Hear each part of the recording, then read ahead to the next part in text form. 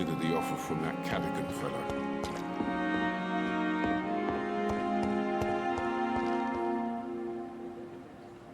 At least that mistress of the top. Stop following me.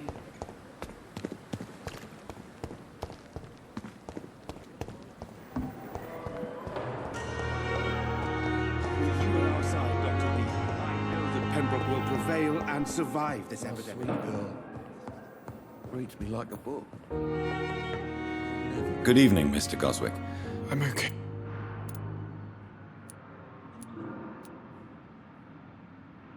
Have you heard rumors about blackmail in this hospital? No?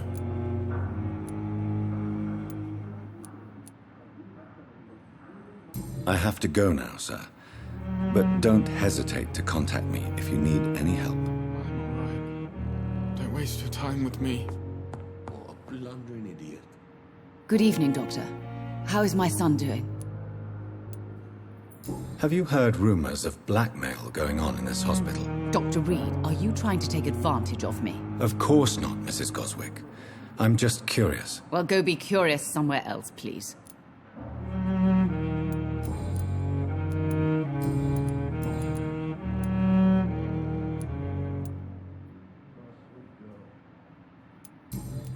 Goodbye, Mrs. Goswick. Doctor.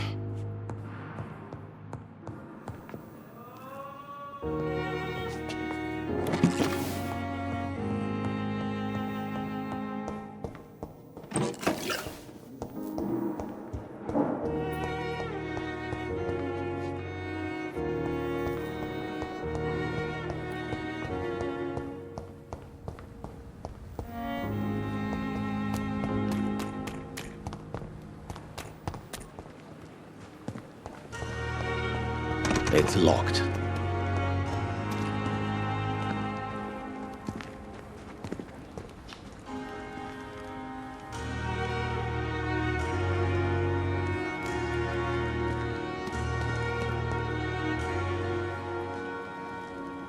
Good evening, Dr. Reed. Have you heard of someone blackmailing people in the hospital? Pardon me, sir, but I have no idea what you're talking about.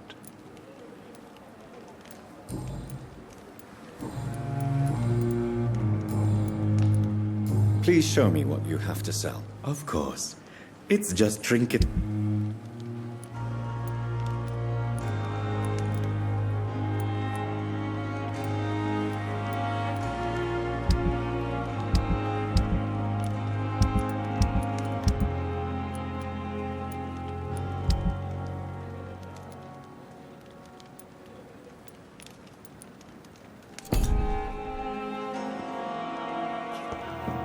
It's locked, all right.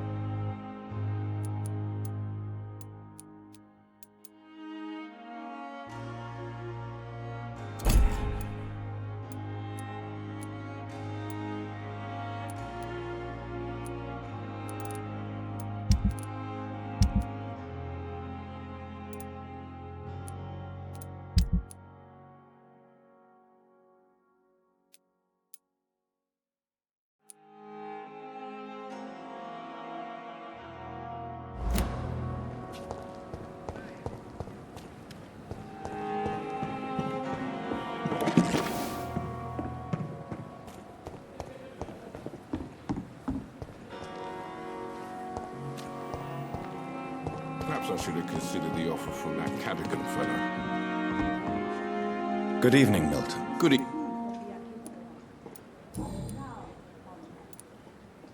Tell me why you're extorting money from some of the patients here. If a patient wants a bed, he'll have to pay me a little fee.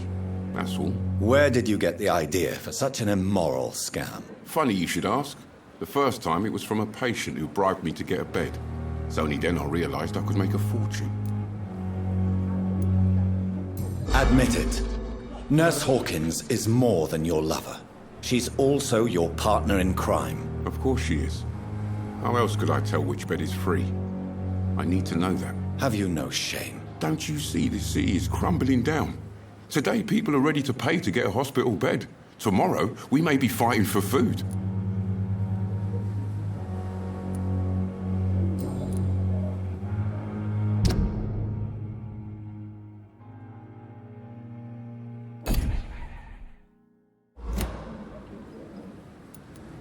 I'd like to see... Wise choice, Dr. Reed.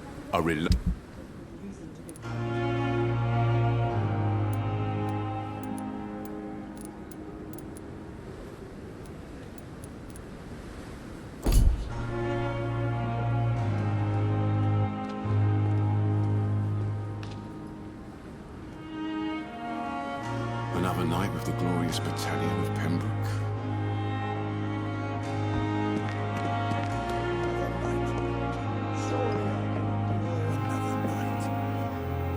Good evening, nurse. Good evening.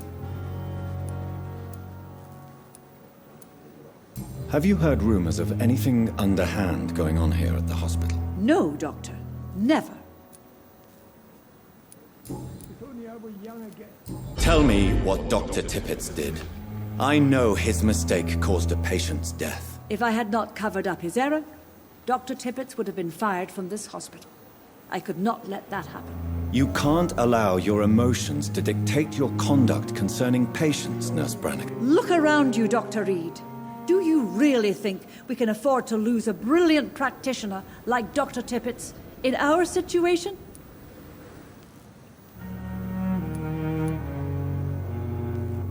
I can't say I approve of what you did. But as a field surgeon, I know that some situations require you to bend the rules. I'm not proud of what I've done, but to contain the epidemic must be our priority, so we can't afford to lose Dr. Tippett.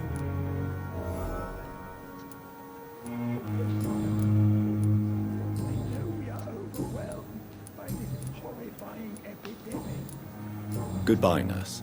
Call me if you need assistance.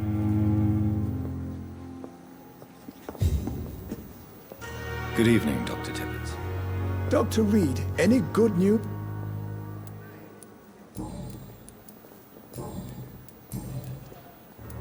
Corcoran, I want you to tell me about Mr. Connor. How did he die? What happened? He was my patient. He died because of my mistake. That's the blunt truth.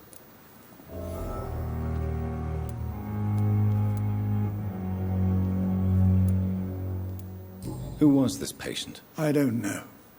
Some sick man from the docks, maybe a fisherman. I had no time to talk with him. No one claimed a body. What was the nature of the mistake? It was a twofold error. My diagnosis was wrong, and the administered dosage was too strong. Why not stop practicing? Are you mad? I killed that man, I admit it, and it won't happen again. I have saved so many lives since then.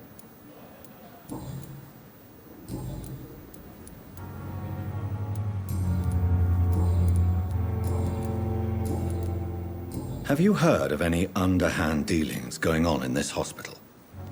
I have no time for such triviality, my dear colleague. We're here to save lives. I will cover for you, Dr. Tippett, by keeping what happened to Mr. Connor to myself.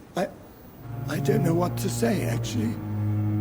I can't exactly force you to become my accomplice. You didn't force me. This is my decision to make. I believe you're still of use to the hospital, considering the situation. Then I can make you this promise. As soon as the epidemic is eradicated, I will resign.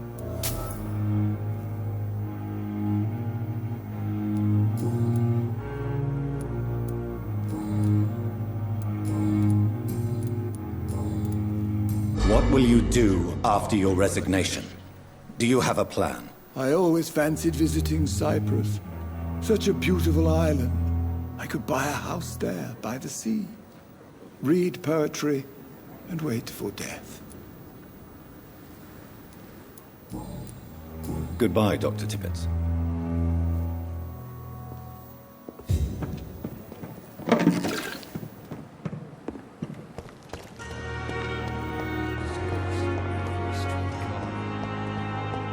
Daily routine. I wonder why the Goswicks came here in the first place. Friend with no respect.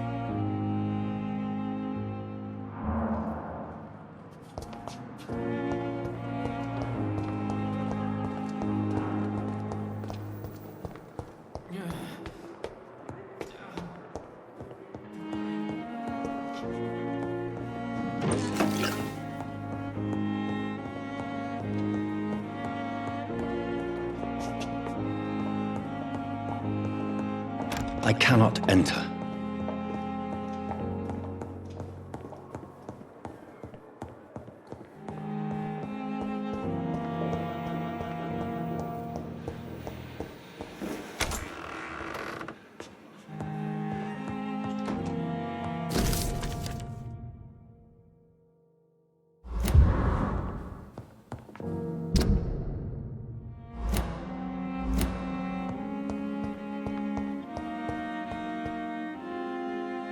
The flower's dying.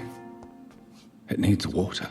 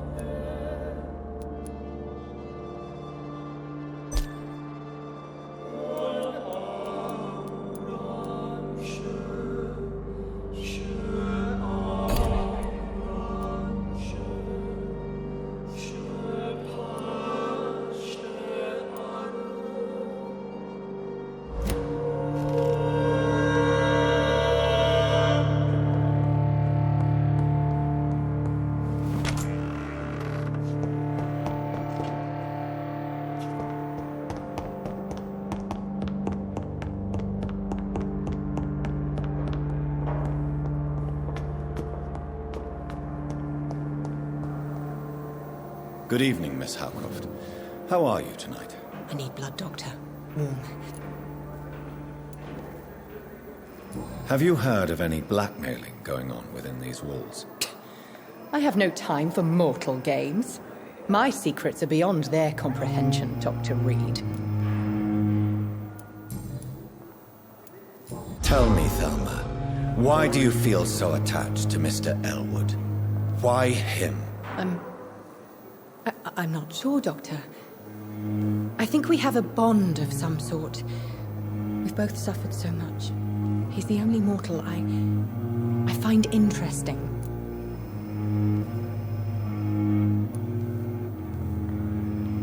Do you plan to make him a vampire too? Of course not. How could I inflict my curse on anybody else? I'm not that cruel, Doctor. Would you say you and Mr. Elwood are romantically involved? No. No, Thomas is a delicate soul. Even though he disguises it. But I am not the woman he needs. No, for I am a vampire, Doctor.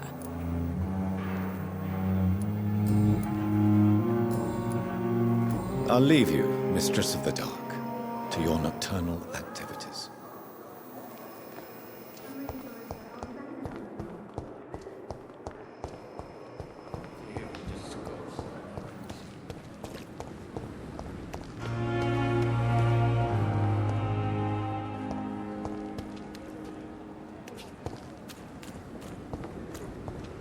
If Pembroke is still standing after this epidemic...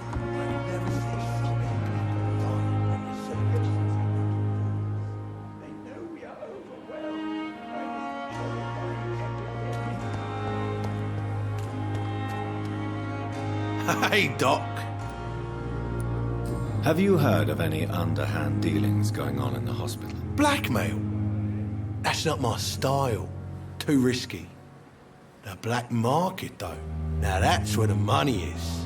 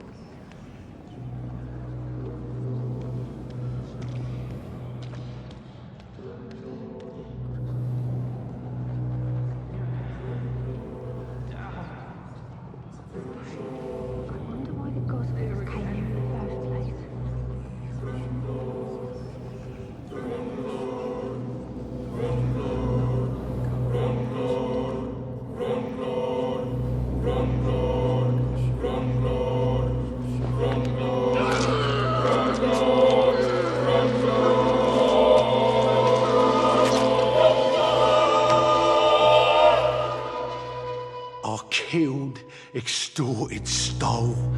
Now I'll die. Fuck it. I'll live the way I wanted.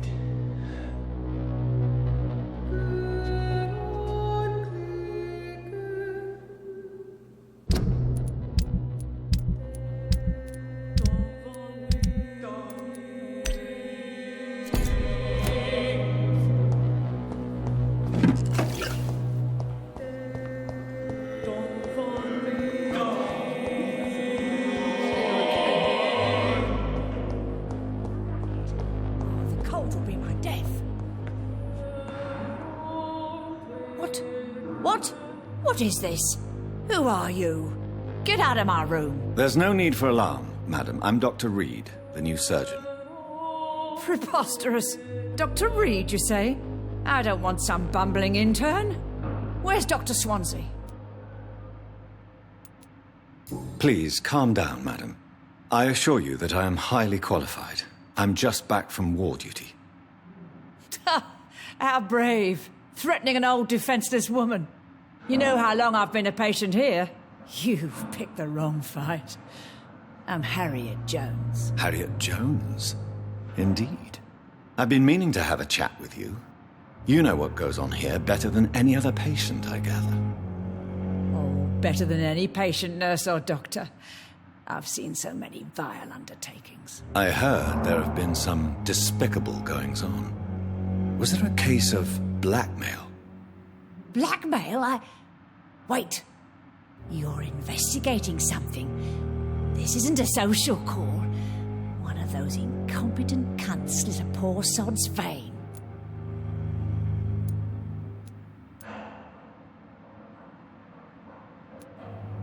If I didn't know better, Miss Jones, I'd be inclined to say you enjoy this type of idle gossip.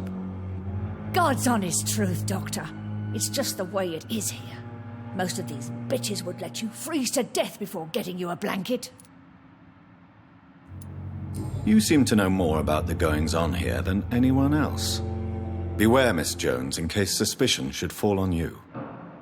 That's it. Blame the old and infirm. I see those little bitches' greedy little eyes. Just waiting for me to pop off they are.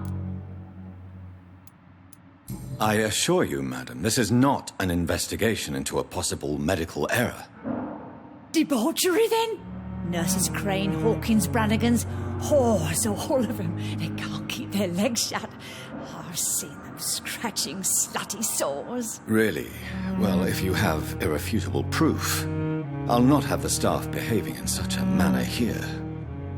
This is your business, Doctor, not mine. But I swear one of the nurses is cavorting with some man on hospital hours. Thank you for your time, Miss Jones.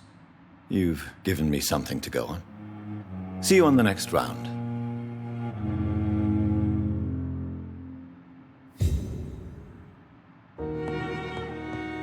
The patients and staff might know something. I'll start my investigation with them. Good evening, Mr. Elwood. Evening, Dr. Reed. Have you heard rumors of underhand dealings in the hospital? If you want to know what's going on here, you better talk to Miss Jones. She knows everything. Especially what she shouldn't.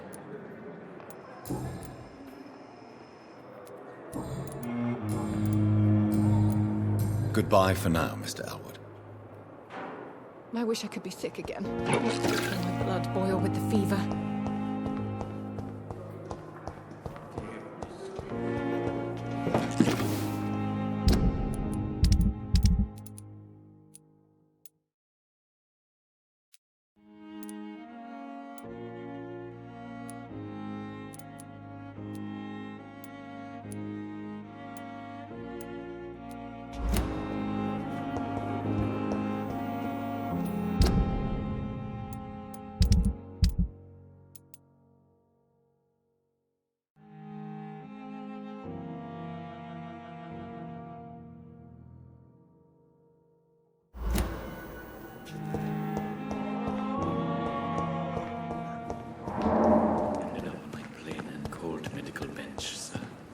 I understand you must be very angry about this unfair situation. I managed to arrange to have you buried in the same mass grave as your wife.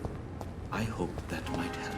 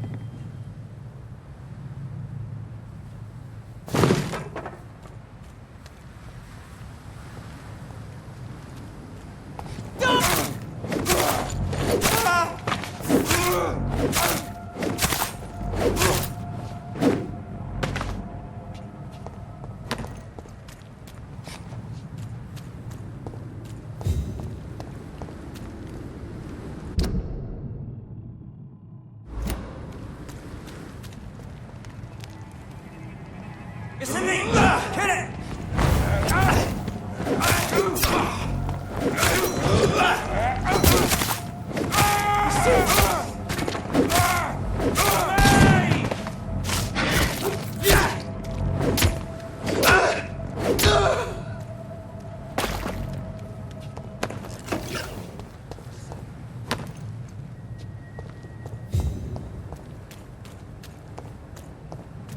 No one is here. Relax.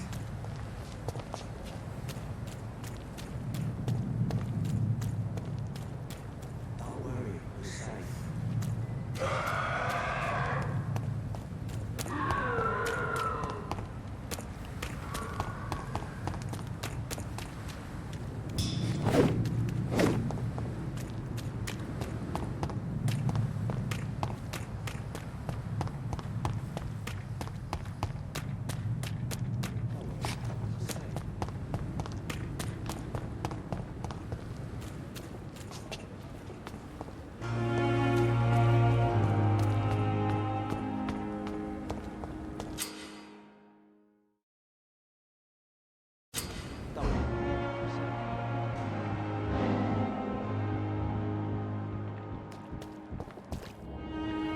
You're sure you don't come back with me? Nah, I have to see someone at the hospital. Be careful. You look so bad they may keep you as a patient. Fuck 'em. I don't like hospitals or doctors. Well then, when you go back to Whitechapel, you may find this useful. What is it? A pass for a free medical exam by the best nurse available. Just read it. I don't read well, but thank you, I guess.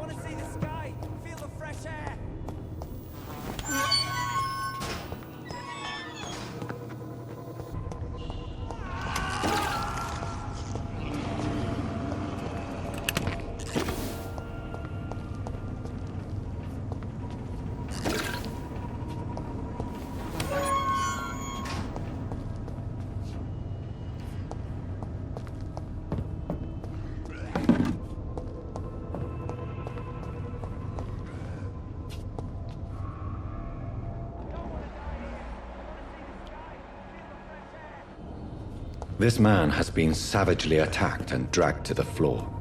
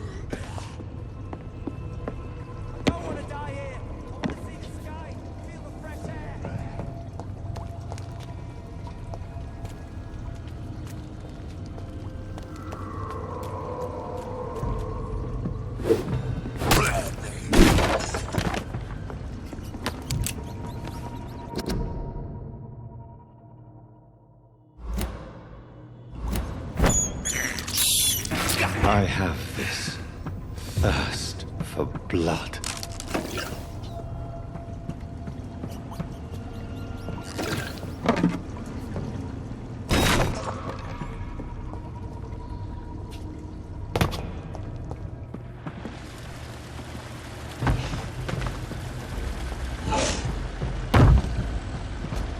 What sort of creature is this?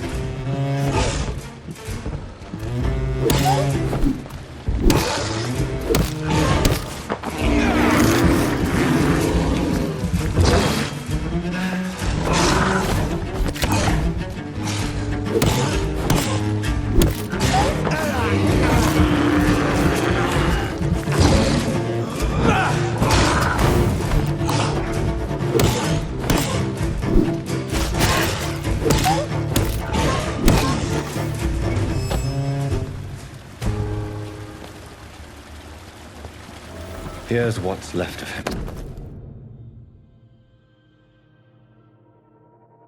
Some voucher for a free checkup in Whitechapel. What is Nurse Crane up to? I really must find her.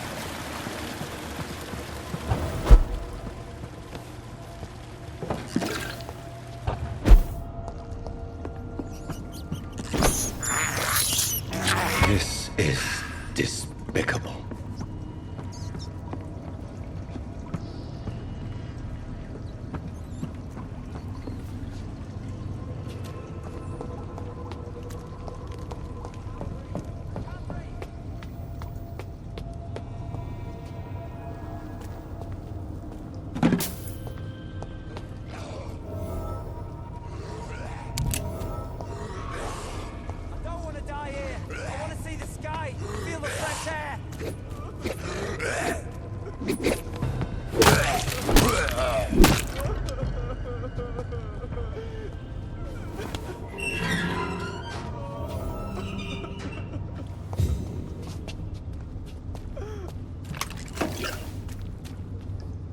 Are you injured, sir? Help me get out of here. I need to get out. I'm Dr. Reed, and I'd be glad to help you, but you must calm down first.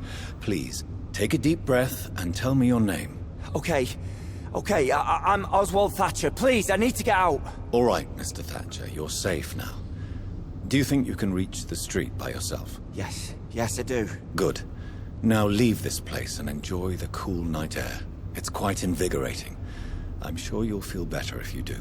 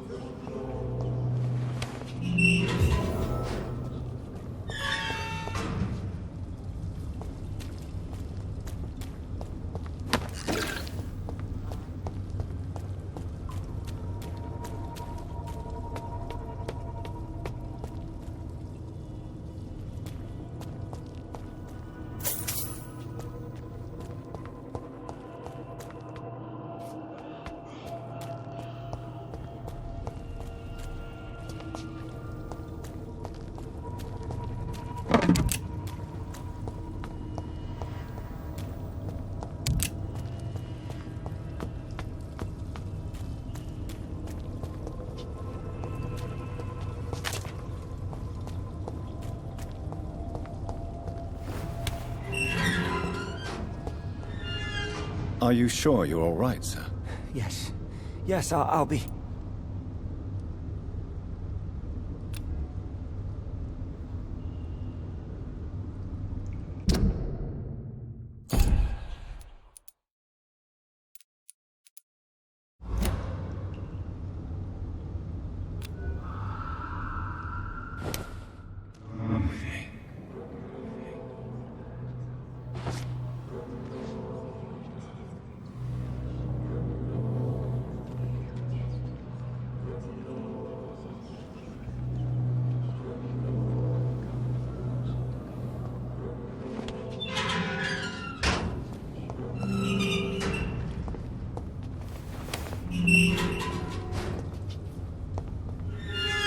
Are you sure you're all right?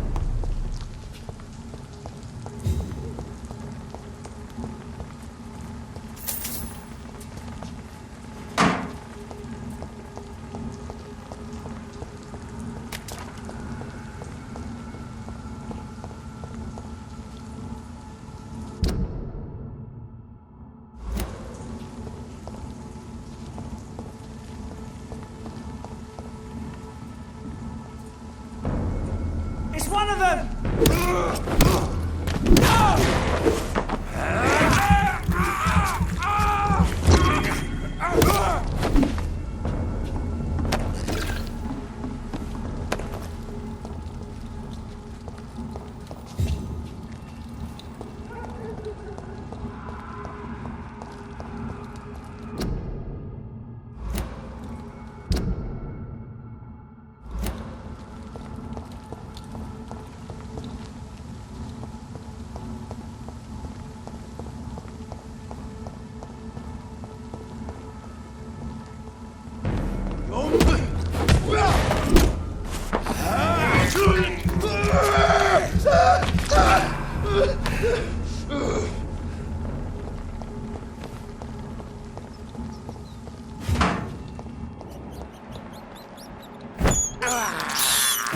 I have this thirst for blood.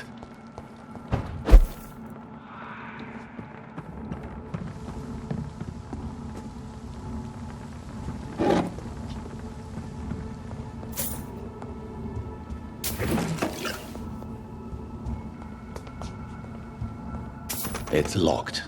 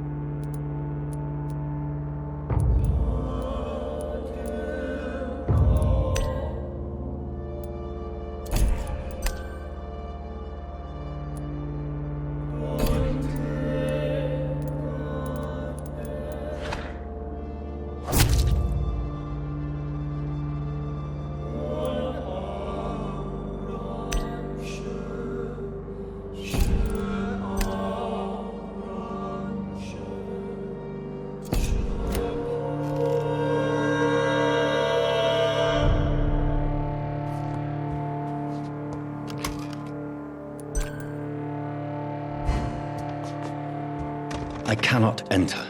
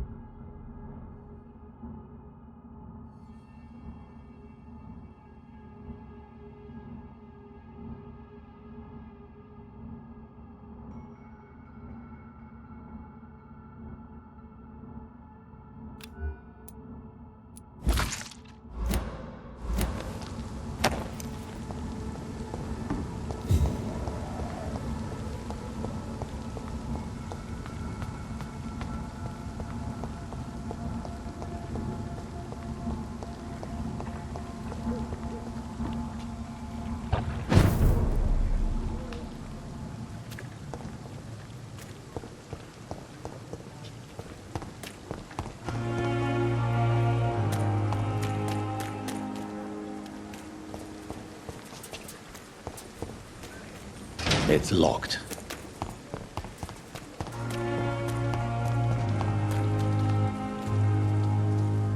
Hello again, Mr. Thatcher. Do you feel any better now? Yes, this neighborhood may stink of dog shit and reek of piss, but to me it smells like the purest mountain air. Mr. Thatcher, do you have a job? No. Since I came back from the war, I spent most of my time and energy just trying to forget. I understand what you mean. I was a soldier too. No. Nobody can truly understand what I've gone through. Why were you locked in that sewer? What happened? I went by the canal after an argument with a friend. Got chased by these fucking wankers and had to barricade myself in, despite my claustrophobia. Tell me about your claustrophobia. Has anyone given you an official diagnosis? That's what the bloody doctors said. But I don't want to go to a hospital to get checked again. I'll deal with it my own way. Why did you run? What was the reason for your argument? Newton wanted me to go to a hospital. I can't stand being closed in. Makes me feel like I'm suffocating.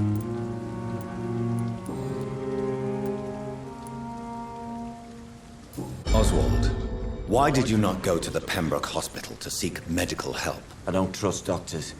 All they care about is their careers and processes.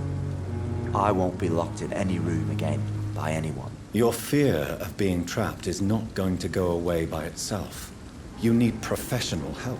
I've seen enough butchers in white coats to last a lifetime. Hospitals reek of chemicals and death. What I need is fresh air.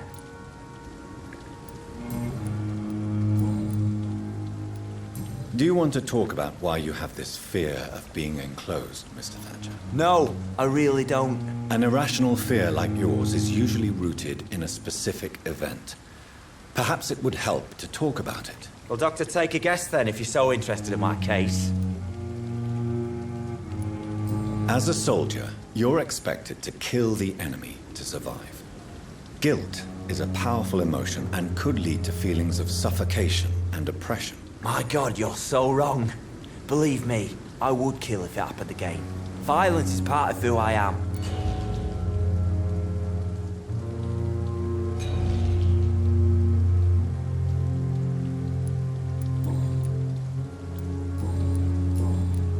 Goodbye, Mr. Thatcher.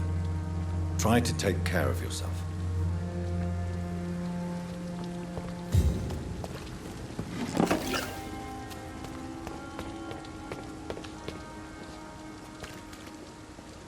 Good evening, sir. I'm Dr. Jonathan Reed of the Pembroke Hospital. May I be of assistance? Dr. Reed. So it's you who saved my friend Oswald. It's a pleasure to meet you, sir. And you are? Newton Blight. Oswald and I recently returned from the war. Why do you stay here now that Mr. Thatcher's back? It's complicated. Since the war, Oswald's been really nervous with the idea of entering any hospital. And me, I've got my own issues. Can you speak about them? Rats, sir. Even seeing one, they turn me. Just want to run. It's that fear that stopped me from going after Oswald when he left. You are always welcome at the Pembroke Hospital. As a former officer, I'll be honored to welcome a fellow veteran. I'm not giving up on bringing Oswald back to the hospital. I just need to convince him that he needs some help. Perhaps he needs to reach that decision by himself. Could you speak to him?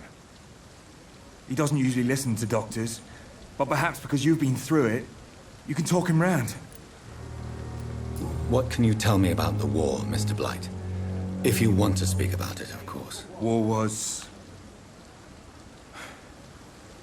well, you know, sir. The stench of death everywhere. Your mates lying bleeding in the mud. Just praying to make it through and get home. Bloody nightmare.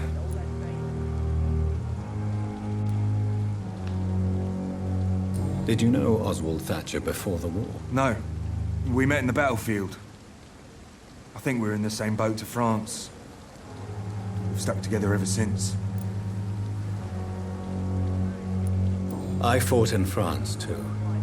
I served as a field surgeon, but it was not uncommon to repel an assault, especially at night. Yeah. The first time I was wounded, I had to protect the infirmary from hostiles. Twice.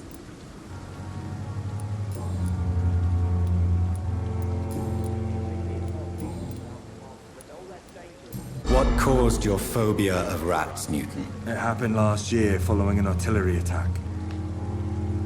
I was trapped for 2 days in a hole under 2 dead soldiers. And there were rats. Go on. They started eating me as soon as I dozed. Gnawing at my ears, my fingers, lips. I couldn't move. Couldn't call for help. I see. No, you don't. You have no idea what it is to wake up buried under bodies. Fucking vermin eating your flesh. Oswald. He found me and saved me. Goodbye, Mr. Blight. Take care of yourself.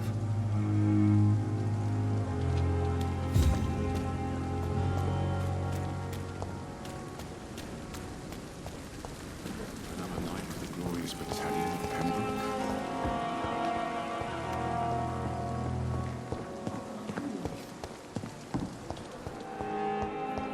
Disgust on every street corner.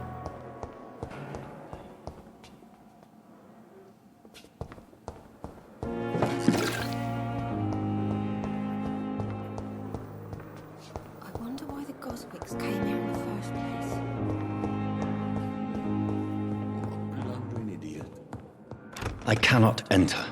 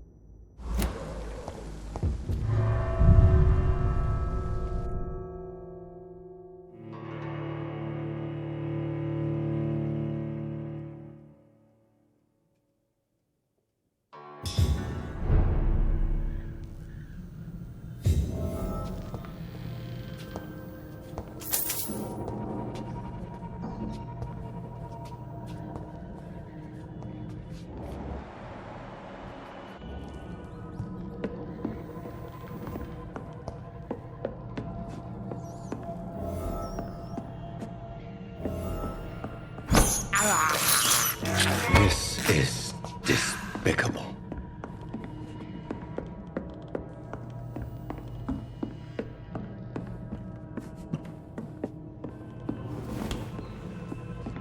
Strangers are attacking me!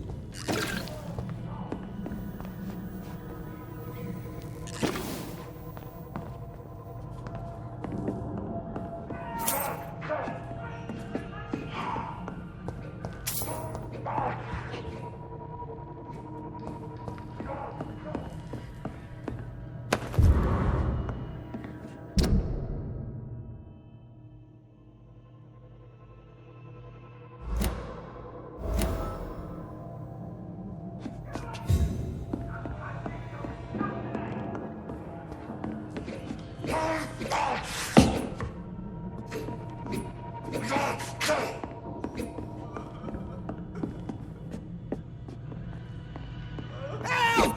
The damn strangers are attacking me!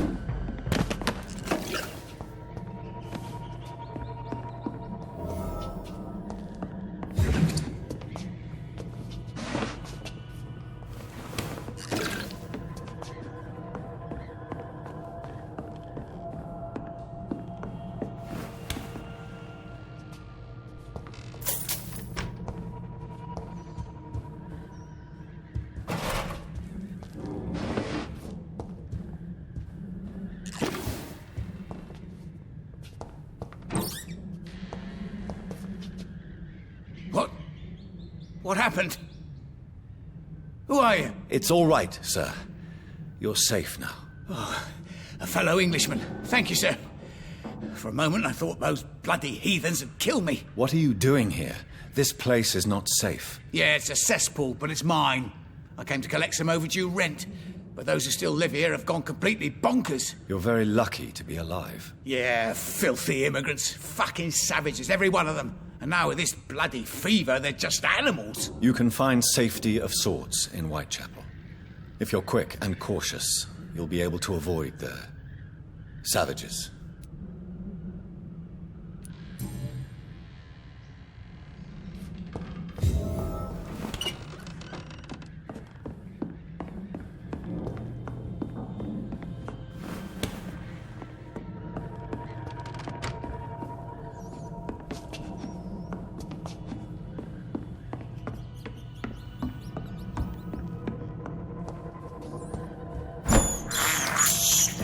I have this thirst for blood.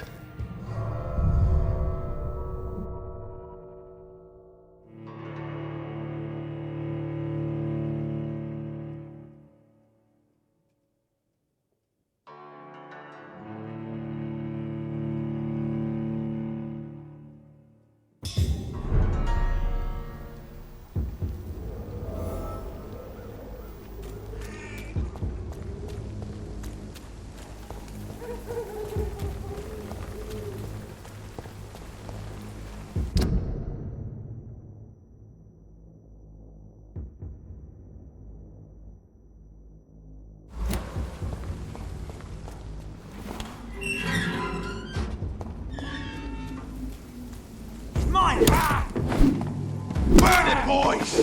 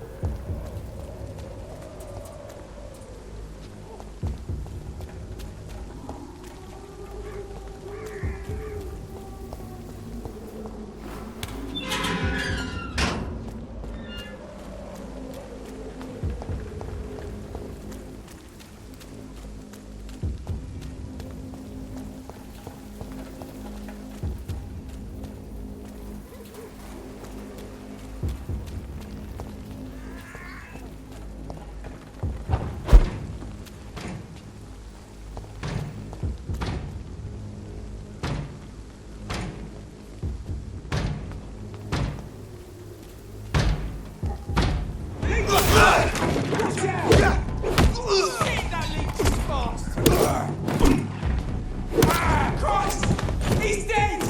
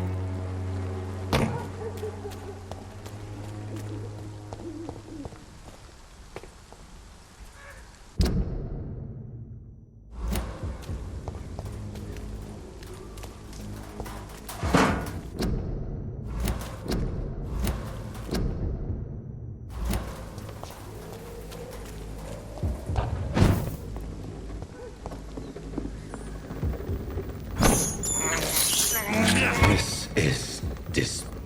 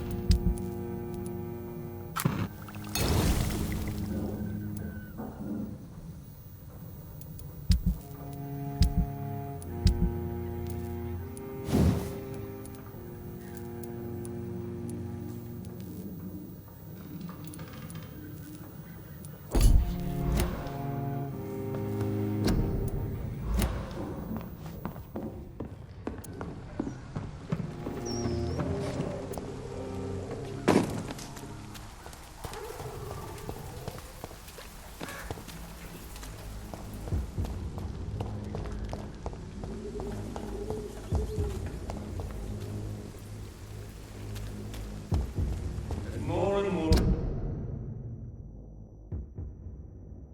for these bloody leeches every night. Aye, but the gods recruit more and more every day.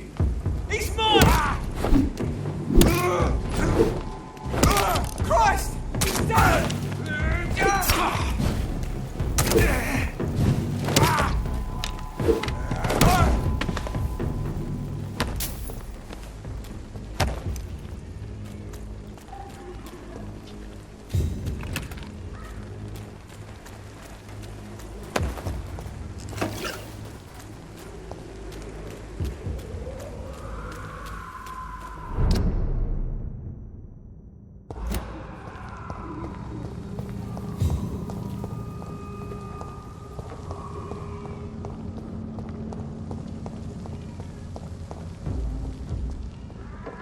It's one of them! Murdering bastard!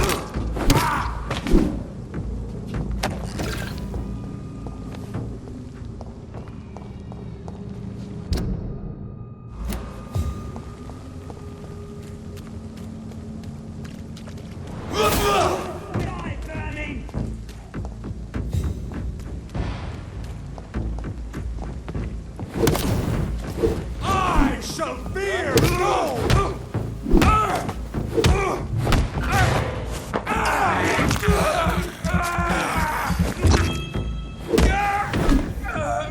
This man stunned me with his faith. His crucifix. This is not good news.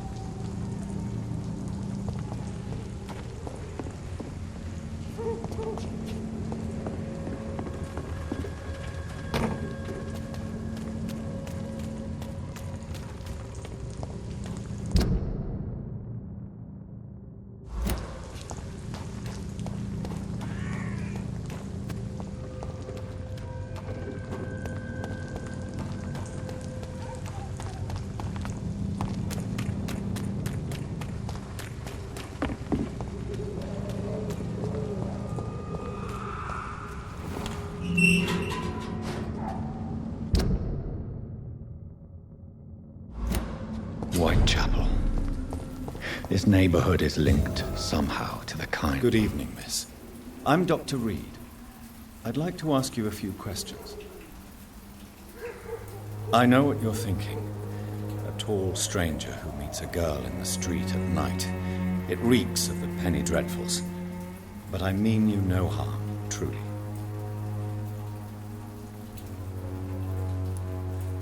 I know you understand what I'm saying. Your silence has nothing to do with you being mute, does it?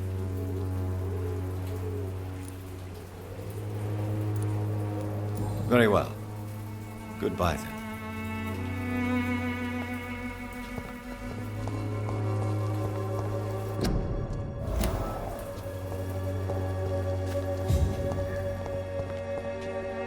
Hello again, miss. Melia, I know you work for Dorothy Crane. Please tell me about her secret dispensary. A stubborn and mute comrade. Nurse Crane and Darius Petrescu have been clever. Very well. Goodbye, then.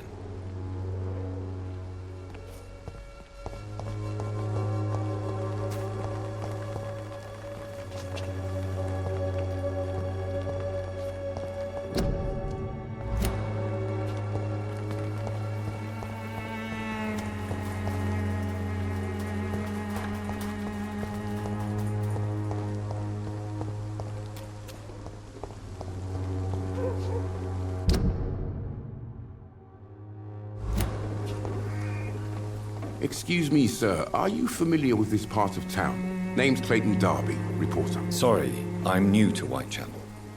But perhaps you could help me since you're a journalist. My name is Jonathan Reed. Dr. Reed, the famous surgeon. I'll gladly help if I'm able, sir.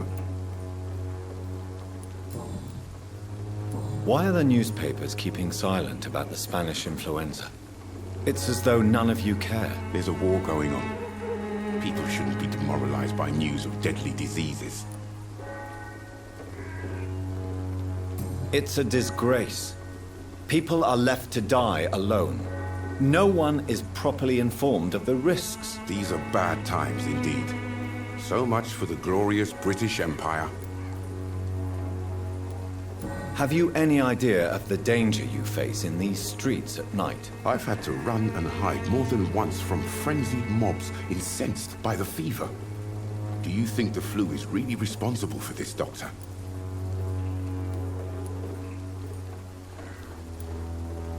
That science is unable to explain the facts doesn't mean there is no rational explanation. I confess, I share your point of view, Doctor. What is a journalist doing in this borough after sunset? He goes where none of his colleagues would dare to go, to inform the country. So you risk your life to reveal the truth.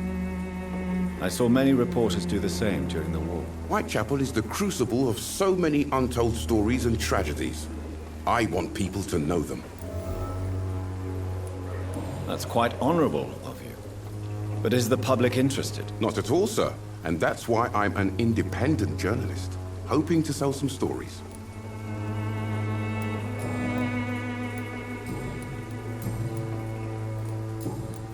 Goodbye, Mr. Darby. Farewell.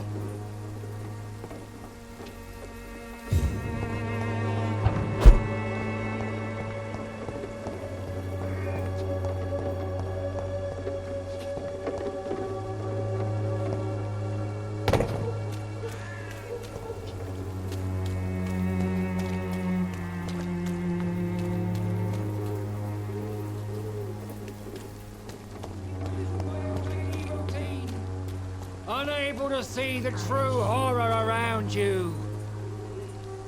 Forgive my interruption. Do not apologize, my son. Father Tobias Whitaker is always happy to teach mortals about the incoming Armageddon. I am Dr. Jonathan Reed, and I just have a few questions. A scientist? You are much more lost than I thought, my son.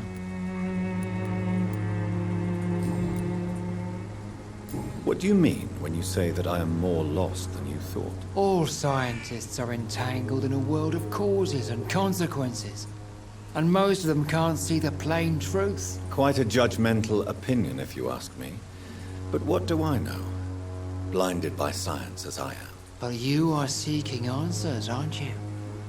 Answers about the Armageddon about to strike the city. Answers about the hidden truth. Well, I suppose I can spare a few minutes listening to your so-called truth. As a doctor, you must be aware of the decimating epidemic. But let me tell you that this so-called Spanish flu is just the beginning of the end. What do you mean? The beast is finally revealing itself, corrupting the flesh and the heart of men. With my own eyes I have seen them, those minions from the abyss. Really? And what would be your answer to this biblical threat? We must fight the disease before this legion outnumbers us. But not with scalpels and microscopes. No. What is left then? Cleansing fire.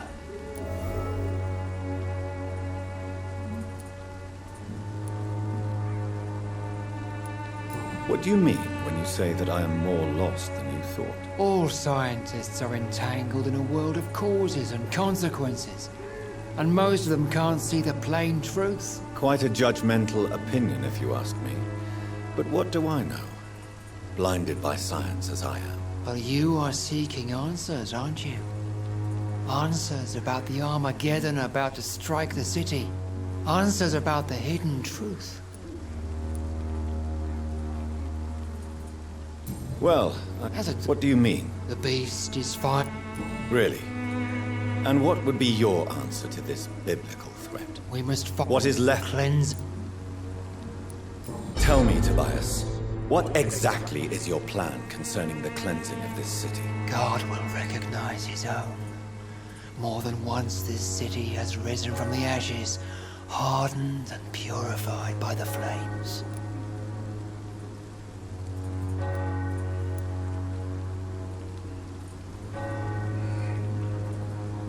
Purification by fire has proved useful, but where do you stop?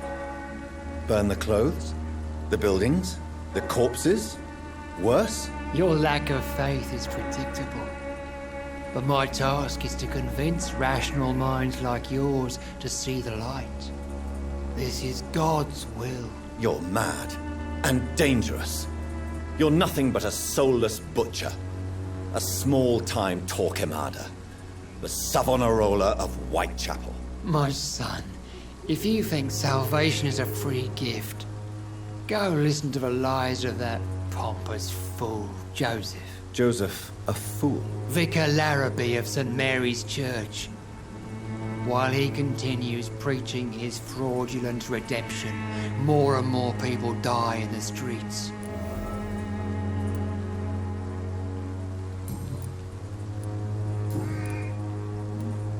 Have you any friends? Any family left in these terrible times? No. But I have a disciple I see as my son. He is so devoted.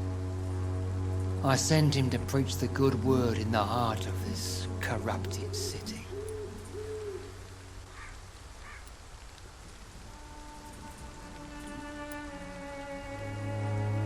You sent him on some preaching crusade during the epidemic. As a true believer, Samuel will fear no evil while he walks through the valley of the shadow of death. Where did you send him?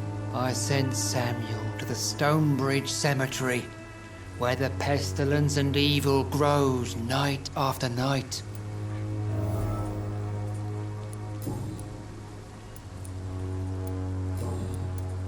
Do you know Nurse Dorothy Crane from the Pembroke Hospital? I'd like to know more about her. I don't like the liberal ideas of nurses, but I especially abhor that Nurse Crane you mentioned. Why do you hate Nurse Crane more than other nurses? Before coming to London, she was a member of the communist resistance in her country. That's what happens when you let a woman get involved in politics. So, you're not exactly a fan of Florence Nightingale's work. But nurses are essential for modern healthcare. Nuns should be the only women allowed to take care of male patients. It's obvious only they have the necessary moral fiber.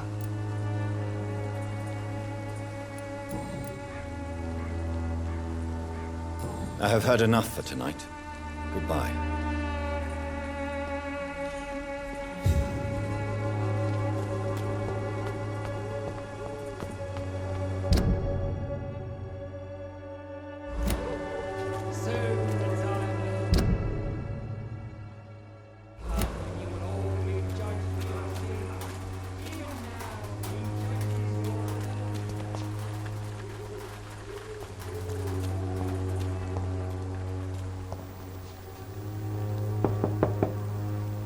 Hello, young man. I'm Dr. Reed, and I would like to ask you a few questions. May I enter, please? Sorry, no, sir. My father does not like people entering our house, you see. Your father is worried about you, boy. He asked me to look for you. So my father actually worries about me then? Okay then. Come on in. I'm a Harry, by the way. Even my dreams are soaked with glue.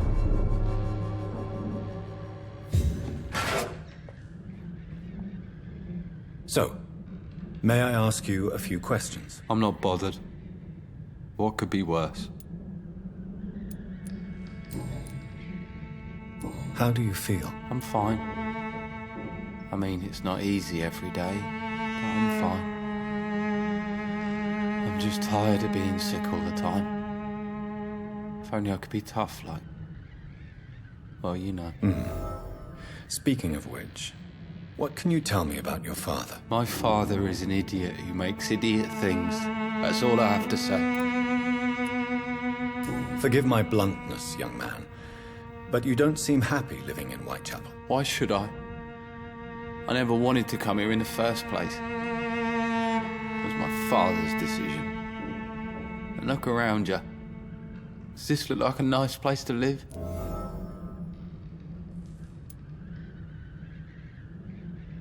You have a roof over your head, a place to call home.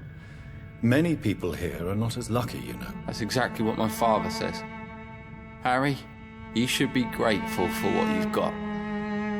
But I wasn't even consulted when we moved here. If life here is so terrible for you, why don't you just leave this place? Have you ever spoken to your father about it? I don't go outside. It terrifies me so. I went outside once without my father noticing and I saw terrible things. Bloody and frightening things. So that's why you stay at home all day? For fear of the epidemic? I'm not afraid of disease or death, Dr. Reed. It's the living I'm afraid of.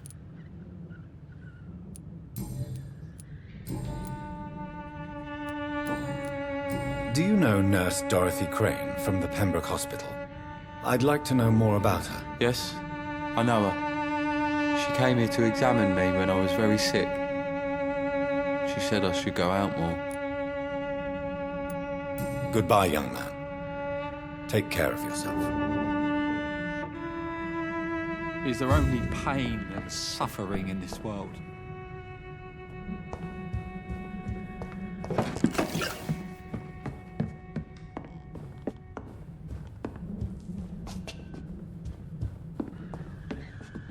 It's locked.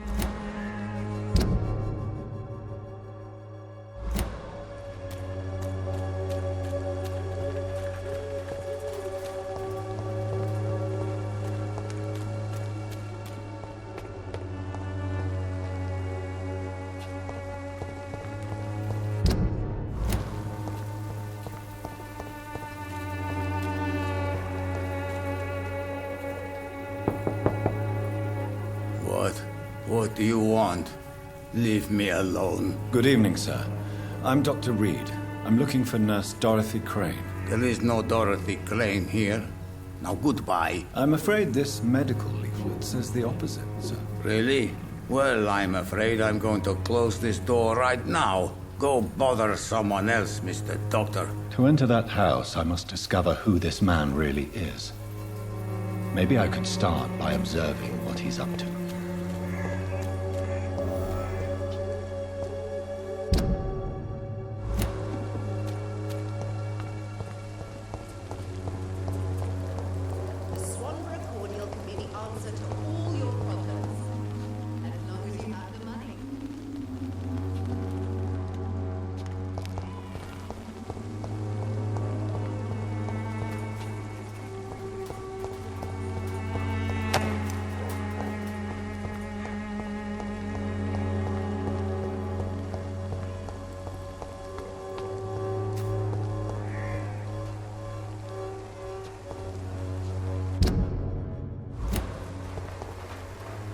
Good evening, miss. Good evening, sir. Are you interested in a miraculous cure for this unknown and deadly epidemic? Actually, I am. Then you have come to the right place. The famous Swanborough cordial is all you need to help keep you in perfect health. Oh, really? Why didn't I hear about it during my studies? I'm Jonathan Reed, by the way. Dr. Jonathan Reed. Ah, my brother has spoken of your research, sir. I'm Loretta Swanborough, and it's always a pleasure to meet a fellow healer. Tell me, who intrigues you most in Whitechapel? The region itself is something to see, but I would say Camellia the mute florist who gives away her flowers. What do you think of the locals? Most of them are afraid or desperate. They all come to me eventually for my remedy. Is there anyone I should avoid? Cadogan Bates, without a doubt. The bloody bastard remorselessly exploits poor migrants as soon as they get here.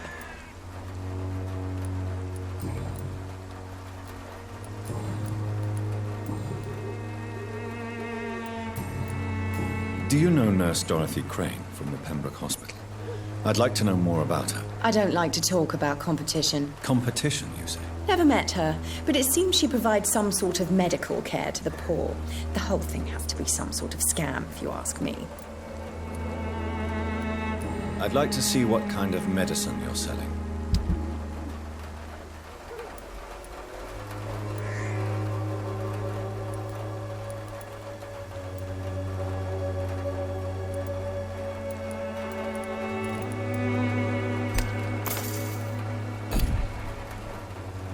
The Swanborough cordial can be the answer to all your problems, as long as you have the money.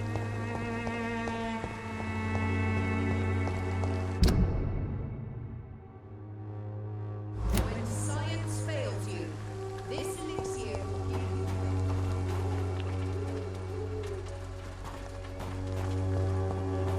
This has been proven by many. Even the flu is no match for the Swanborough cordial.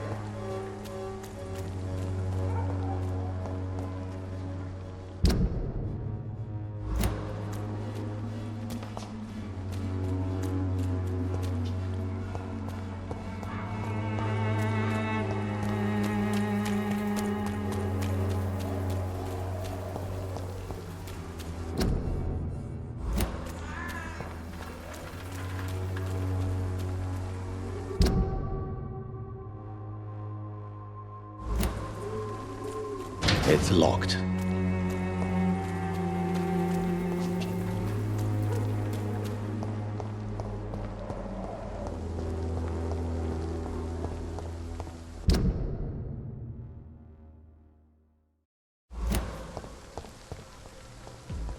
Back in the ground!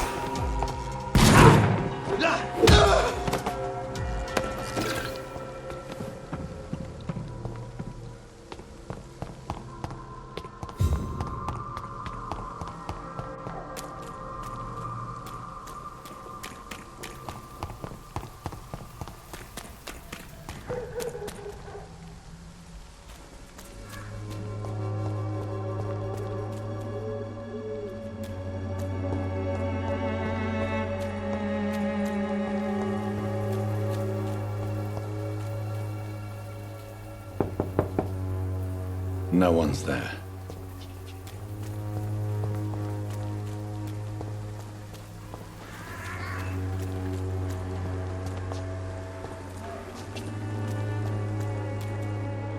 I cannot enter.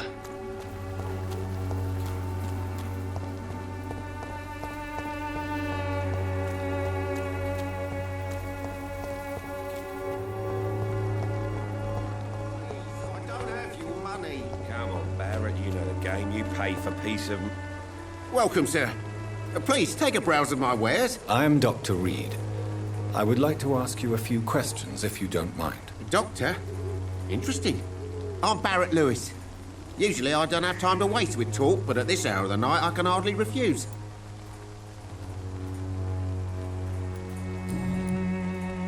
How is business around here? Business? I have no business.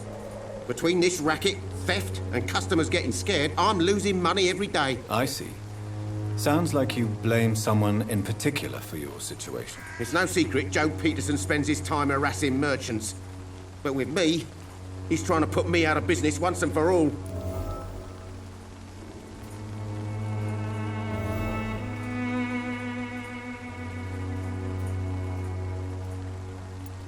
As a merchant, you see Whitechapel every day. Have you noticed anything out of the ordinary recently? Well, you mean besides the epidemic, the war, and all the usual crap? As long as I can remember, this part of town has been a bottomless pit, and no sign of the bottom yet.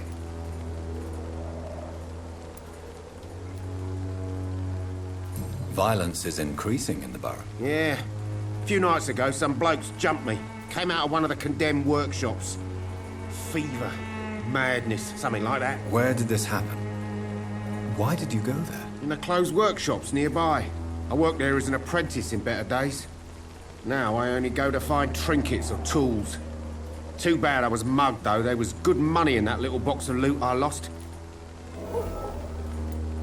Have you been hurt? No, but that's only because I ran like hell. Those men were raving lunatics, I tell you. Not even able to speak anymore, just screaming.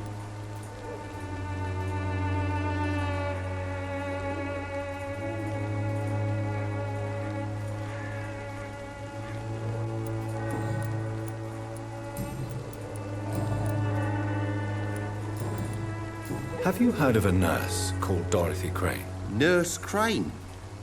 So the bitch really is a nurse, then? Always thought she was just some crafty foreigner, that one.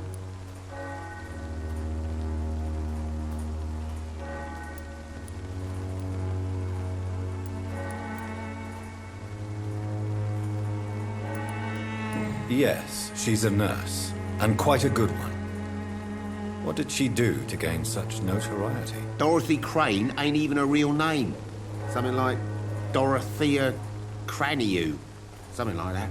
Came to England fleeing the war, I was told. That doesn't explain why she irritates you so much. Your precious Nurse Crane gives away medical supplies and prescriptions for free. I offered to sell it for a fair cut, but no. Miss Crane wanted to play the quiet saint.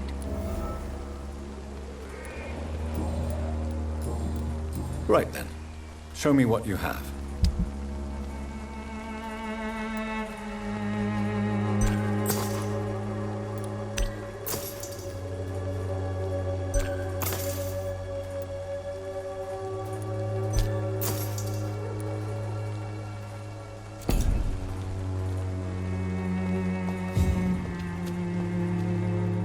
Excuse me, sir. I have a few questions for you. Another journalist? I didn't answer the first one, so piss off! I'm not a journalist, I'm a doctor. A doctor, you say? It's quite a rare breed in this part of town. Really? But still, here I am. Dr. Jonathan Reed, at your service. I'm Joe Peterson to some, but Colossus Joe to most. And I don't remember asking for your service, sir.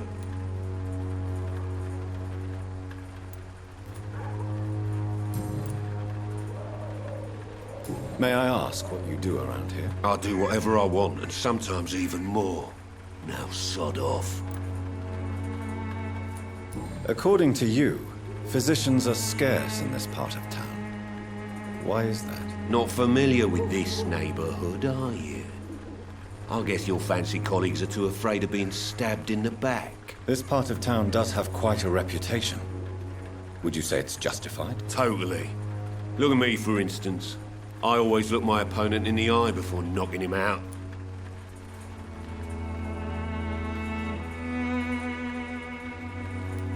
How did you become the local bully everyone is afraid of, Joe? There's no pride in roughing up poor bastards. But this is the only job I've found. And it pays well, too. A job? So you're racketeering for someone else? I got enlisted by the Wet Boot Boys, a gang from the docks. I'm their muscle for their dirty work.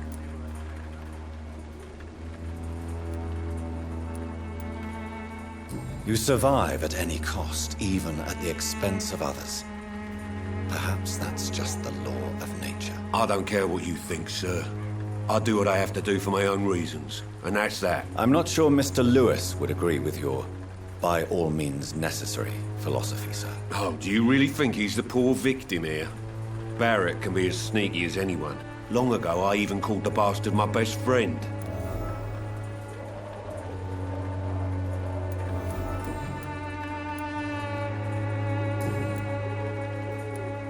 Harry doesn't seem happy living in Whitechapel. Why did you make him come here? I've always put my son's interests above everything else, whatever he may think. Our house is small but affordable. The walls are thin, but the door is solid. You really love your son, don't you, Mr. Peterson? He's my pride and joy. Even if he hates me for the choices I make and pushes me buttons more than he should.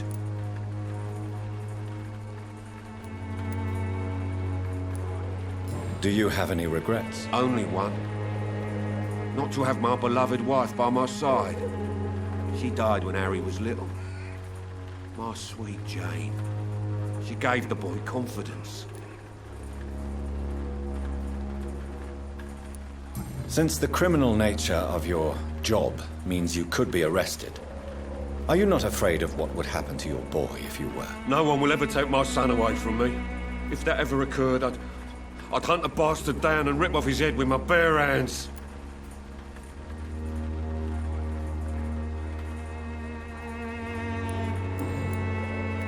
Why do you keep on working for the gang, Joe?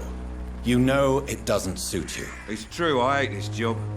And I know I made some bad choices, but I'm a wet boot boy now. And people won't forget it. You could leave tomorrow. Start another life in another town. That's easy for you to say, Doctor. We are poor. My son's weak. And there's no way he'll endure another disappointment.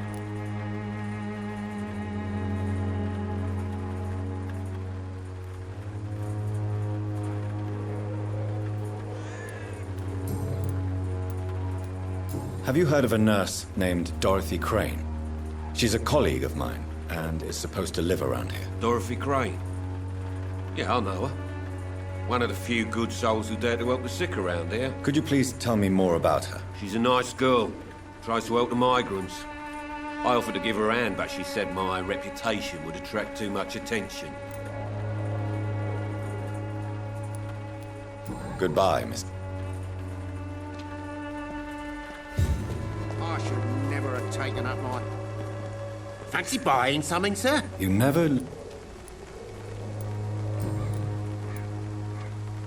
Joe Peterson. He's the villain here, isn't he? But you seem to know each other. I'd known Joe for years. I saw him box once or twice. He was a friend then. But these days, he's just another thug. What can you tell me about Mr. Peterson? Besides his behavior toward you, obviously. Colossus Joe was a decent boxer, good one even. But after his wife passed away, he found every excuse to stop training. Just wanted to pick fights with everyone.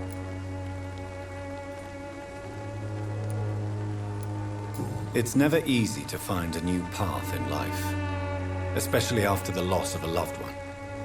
But crime is certainly not the best option. We've all had some rough times, ain't we? But most of us don't use our fists to see us through.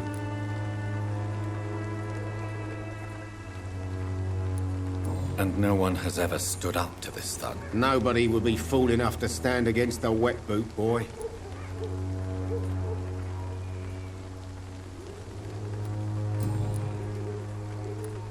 What do you know of Harry Peterson? The boy seems so fragile. Not like his father at all. Harry's a good boy, but he spends most of his time complaining. He's had it tough, all right, but he needs to grow a pair. What troubles him exactly? Well, despite being his father's son, almost everything, I think. He never wanted to come to Whitechapel in the first place. Hates this place more than most of us.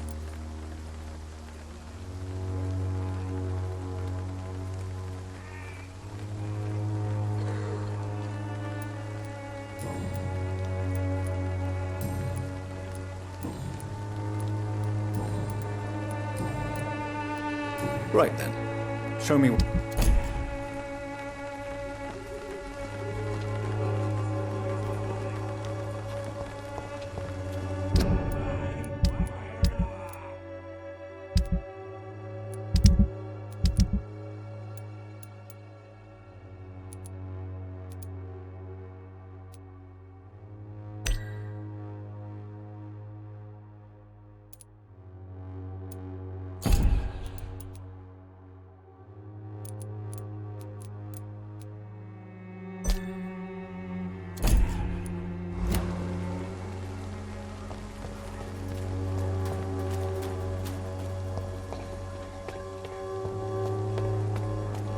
Soon the time will come when you will all be judged for your sins.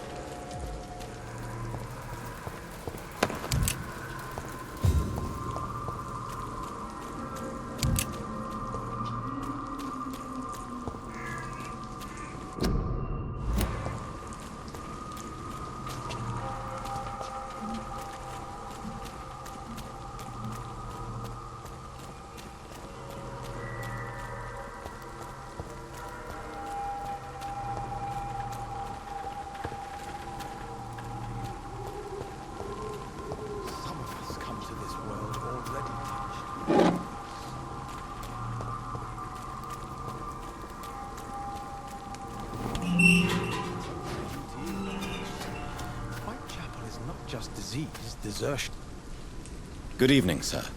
I'm Dr. Reed. I would like to ask you a few questions. Please be my guest. Although I may not be the best informant regarding this part of town, my words speak about that which the eyes cannot see. Really? Are you an artist of some kind? I'm a poet, sir. Richard Nethercott, at your service.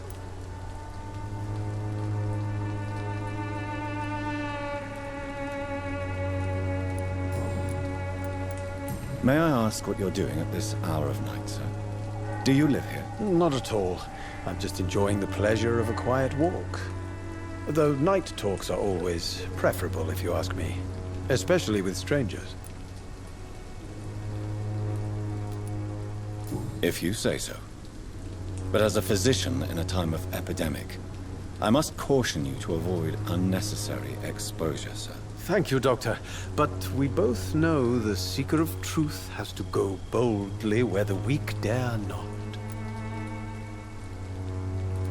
But are you not afraid of the epidemic? Oh, why should I? I see some equity in the Spanish flu. No flesh should be saved, say the scriptures. Good or evil, rich or poor, all are equal in the eyes of the flu.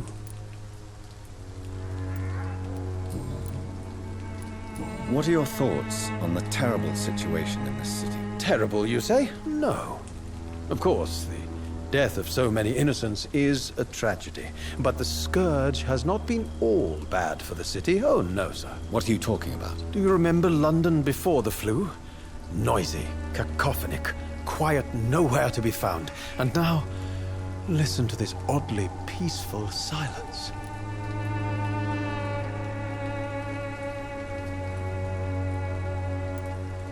Yes. The enjoyable silence of the grave. You have a unique perspective on the situation, I must admit. Most people fail to understand my perspective. I don't blame them. But how could I call myself a poet if I veiled my feelings? Are you aware that your life could be in danger in this part of town? But this is where I must be to feel the real beat of the city. I had to come, see it for myself, alone.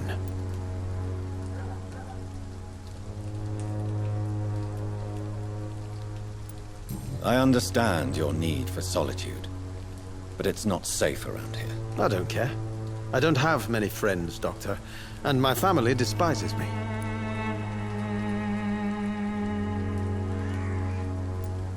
If some misfortune came upon you, who would be here to help you? Well, you, for a start, my dear Doctor.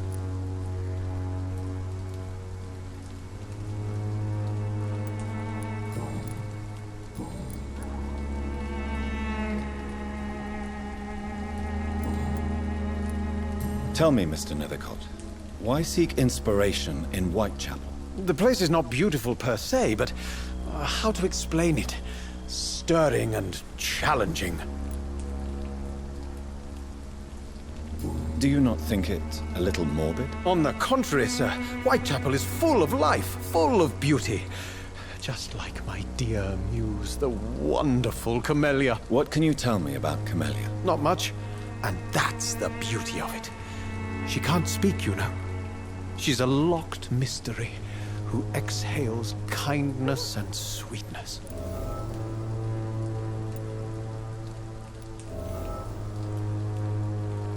Perhaps you're just afraid to find out the truth about your muse. One day, perhaps, I'll ask her to come with me.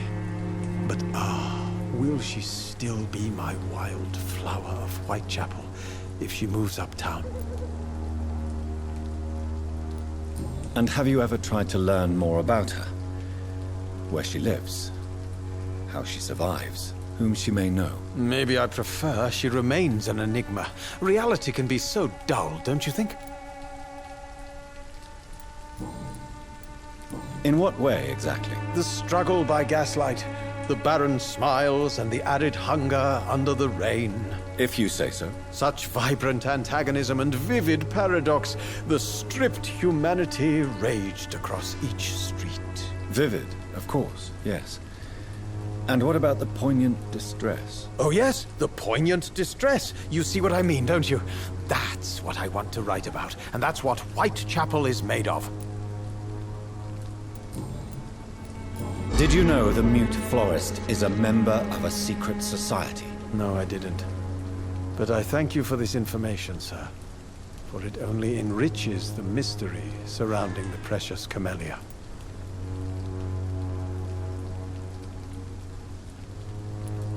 I fear you are a hopeless romantic, Mr. Nethercott. Guilty as charged, Dr. Reed. Are you not curious? Is there not more you wish to know? That girl has not an ounce of malice in her. Whatever she may be hiding, it's certain to be for the benefit of most, if not all.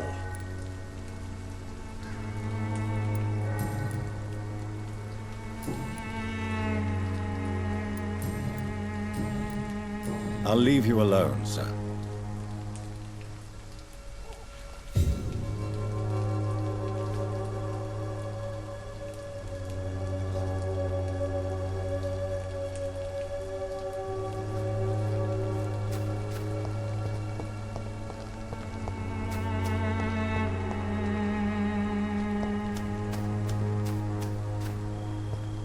Some of us come to this world already touched with juice.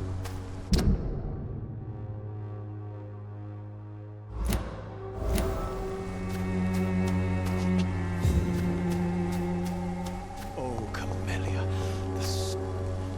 Good evening, Mr. And good evening.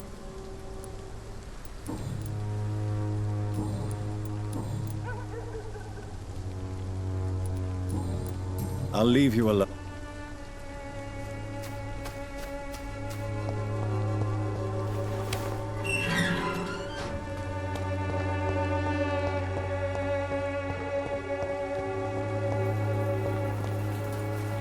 Hello again, miss. Tell me about Richard Nethercott. I understand he is quite fond of you, Camellia.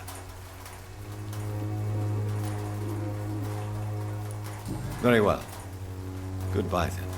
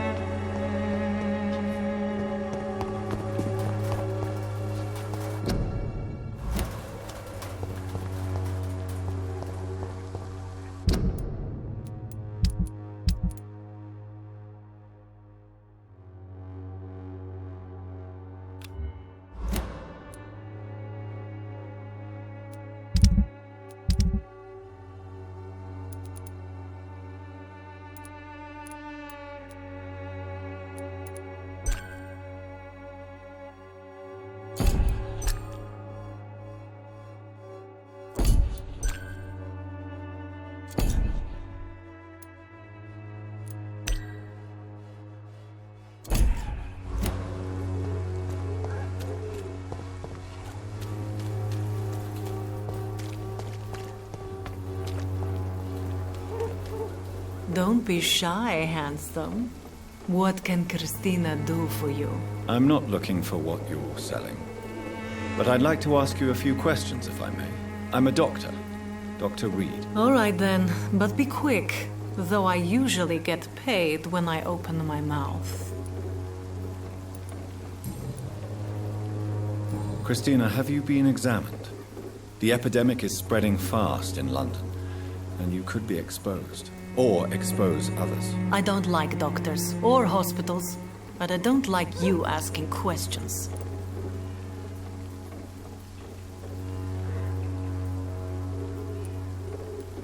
Considering your line of work, I assure you it is only a matter of time before you have health issues. If it is going to happen, it will happen.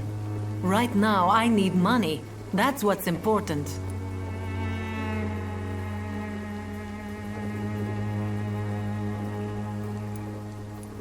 You can put your own life in danger, that's your decision. But what about your clients? If you're contaminated, you will put them in danger too. And you think that would worry me? If you knew the men I deal with, their health would not be what you'd worry about.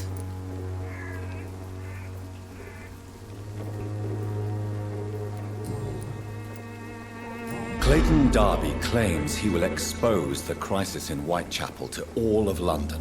Do you believe him? I believe Clayton's courage will erode with time, until he finally leaves Whitechapel to start another fight somewhere else.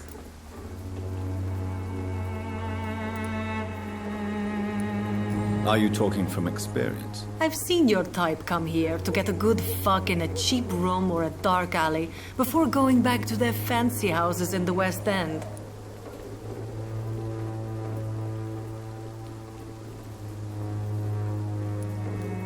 Why this skepticism? How can you speak about starvation if you've never been hungry? Or about poverty? Or anything else you have never suffered from?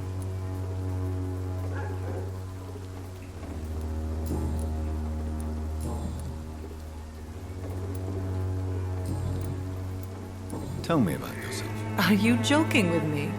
People don't usually come to see me for conversation. I have no interest in your work. I am, however, curious as to what led you into this career. Short story. The war, exile, and England. This country is not especially welcoming. I've been refused many jobs because of where I am from. I had few options left.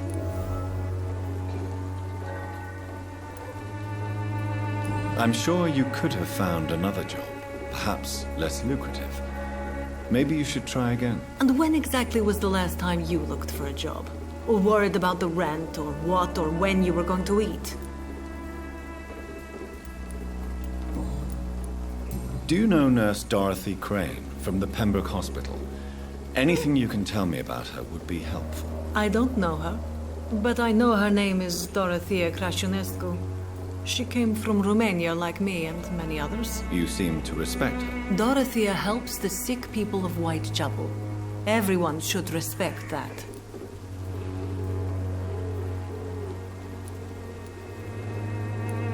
Goodbye, miss. Take care of yourself as best you can. Good evening, Christian. Change. Goodbye, miss.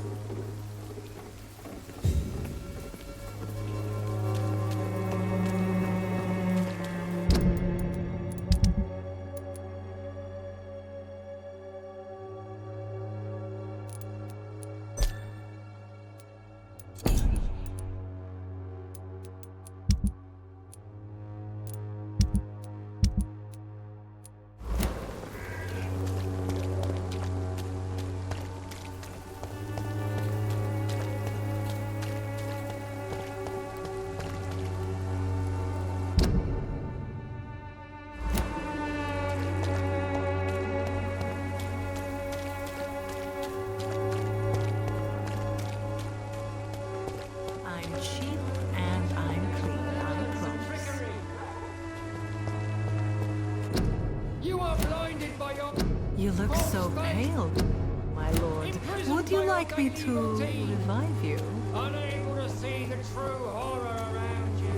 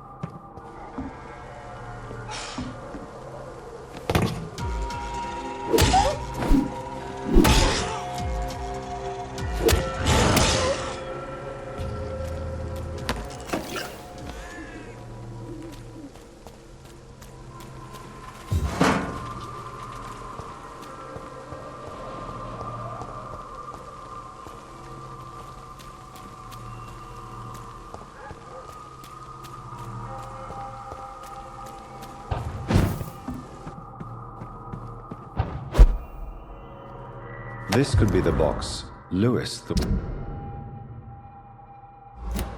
A love letter from Joe Peterson's wife, addressed to Barrett Lewis. Who should I give it to, I wonder?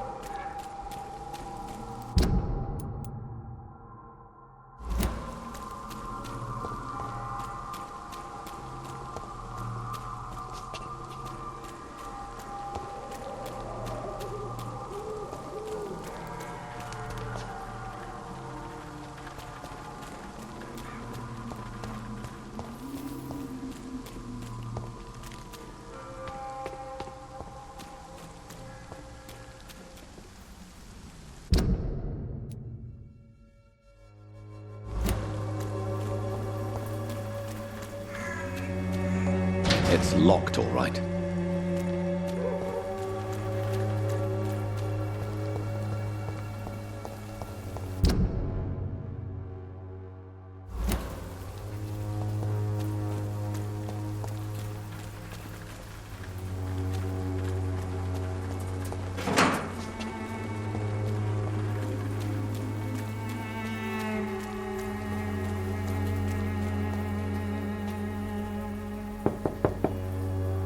There's nobody here.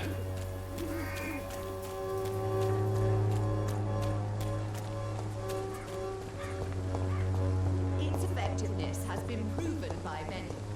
Even the flu is no match for the Swanborough cordial.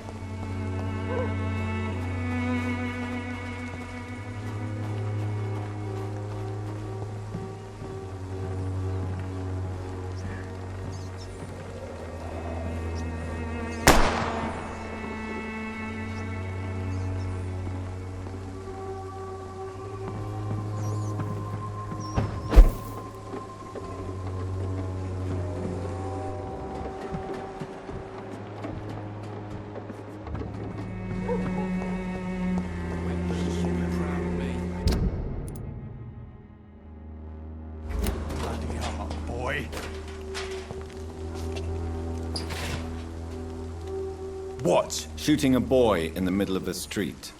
Not the best thing to do, wouldn't you say? What? You saw what happened?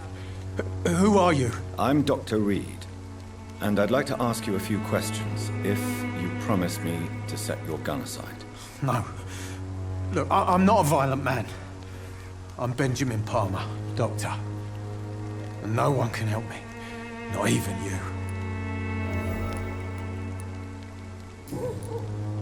What can you tell me about this place? Nothing to say, really. This is where I used to live, and this is where I live now.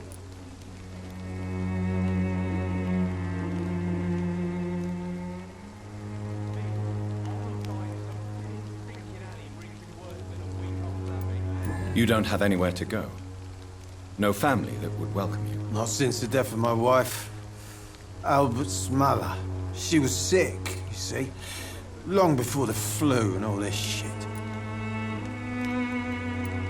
You mean you used to have a better life? Yeah, I had a wife, a home, and a job. I even used to have a name. And now I'm just Ben. Ben the Tramp.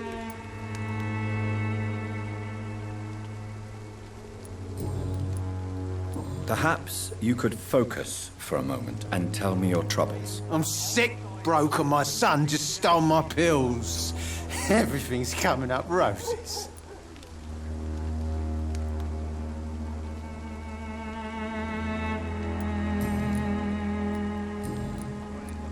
Whatever the boy did, I'm sure he didn't deserve a public execution. I swear I didn't want to hit him. It's just that I'm sick in the head, you see, and the boy just frayed me last nerve.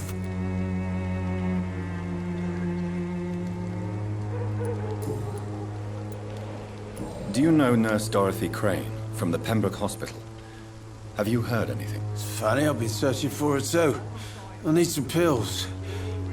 But the woman is a phantom, if you ask me. Really? And why is that? Word is she ain't real. She's a cover for some doctor who runs an illegal dispensary for migrants. I have found a very interesting letter. Your son planned to prove his worth to the gang by stealing your medicine. Oh, I see. So the little bugger thought he could use his dad to build a reputation. The gang's recruiter was dead when I found him. Perhaps you should take better care of your son. I love my Albert, sir. Believe me. It's just... well, I'm an arsehole, I suppose.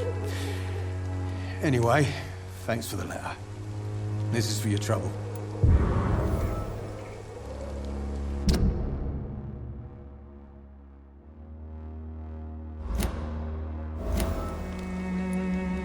A gun, alcohol, and a bad temper make a terrible cocktail, sir. Goodbye for now. I won't end up another drunk arsehole littering the streets. Not me.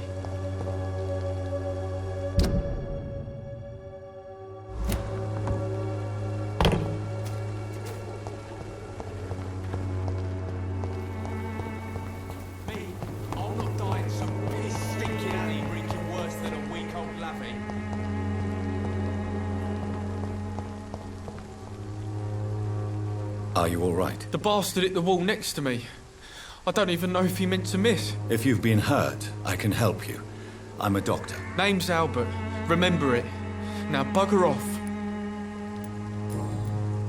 What happened? Did you really steal that man's medication? Hey, I didn't do anything. It ain't me. All right. Perhaps the poor drunk just confused you with someone else. Sod off, mister. You ain't got no clue what's going on here. Bastard was a soldier in the war, so now he's got the right to shoot me. It's true. I'm not familiar with this part of town. Perhaps you could help me. I said sod off. Go find yourself another guide.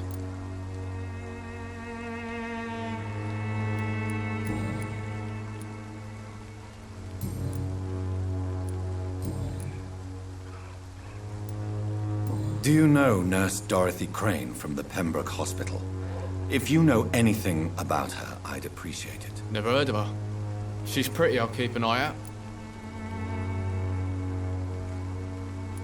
Goodbye, young man. Me? I'll not die in some piss-stinking alley drinking worse than a week-old lavvy. As long as you have the money.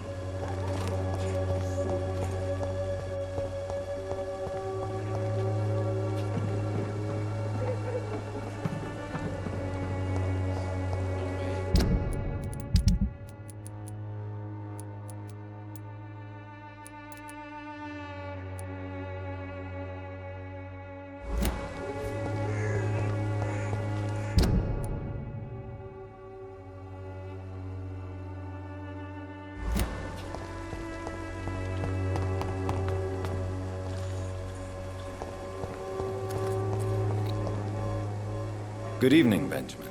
I'm afraid not, Mr. Reed.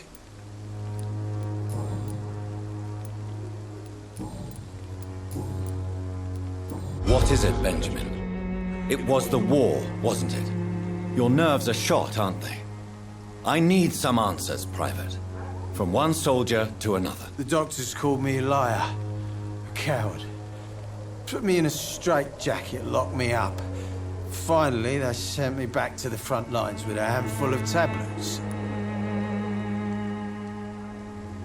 Yes. Sounds like shell shock. I've seen a few cases like yours. This is nothing you should be ashamed of, Benjamin. And it's perfectly natural in your situation. Not ashamed. I just need my pills. Peace and quiet, that's all.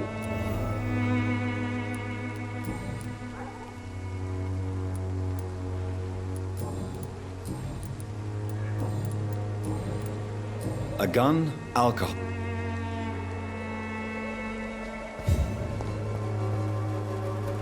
Good evening, my dear. Loretta, your miraculous formula wouldn't even cure a common cold, and you know it. The Swanborough's cordial secret ingredient is hope, Doctor. And it's something people around here really need. A placebo effect is real and has benefit. But in your case, you could be murdering your customers who may die because they are not receiving the necessary medical attention. Medical attention? In Whitechapel? Trust me, my cordial is the best option they have, since it is the only one.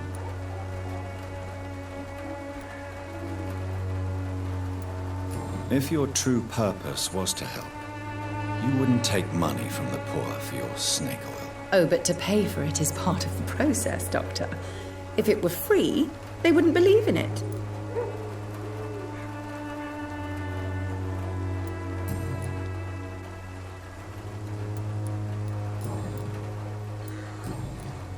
Goodbye, Miss Swanborough. Perhaps we'll talk again. When science fails you, this elixir will give you faith again.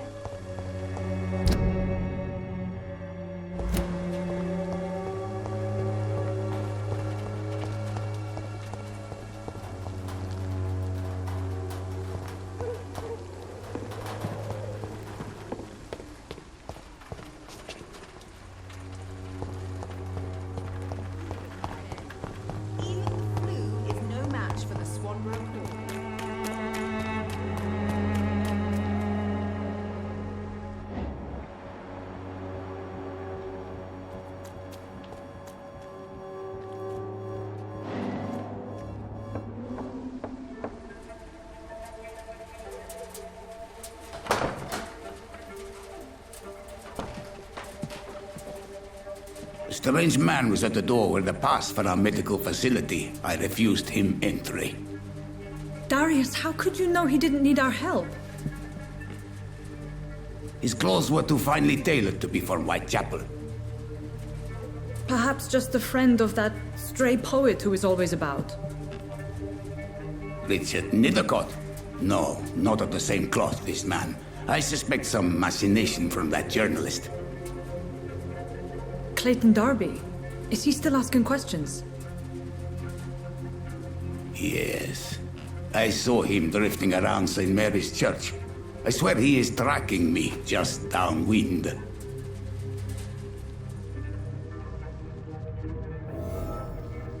I cannot enter. I must talk to that journalist or the poet. They must know about Darius. Nearby the church they just mentioned.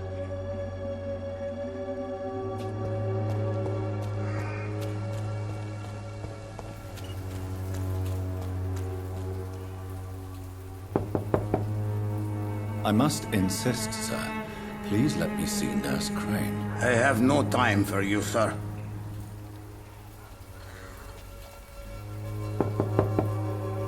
I must insist, sir. Please let me see Nurse Crane. I have no time for you, sir.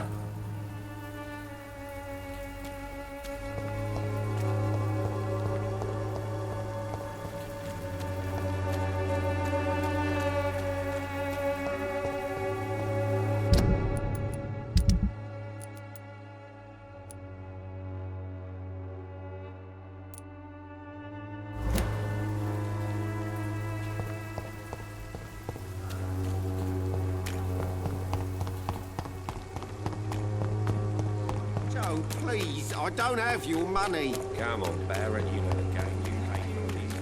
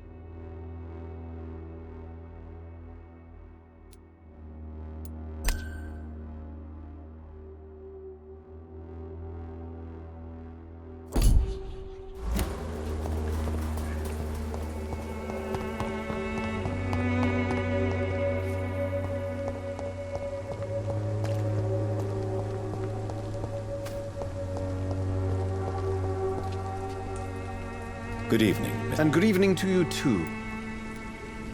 May I ask you a few questions about the district? Extraordinary part of town, is it not? I'll be glad to help you, if I can. What can you tell me about an old man called Darius? Darius Petrescu? Yes, I know him. At first, I thought he was only a small publisher.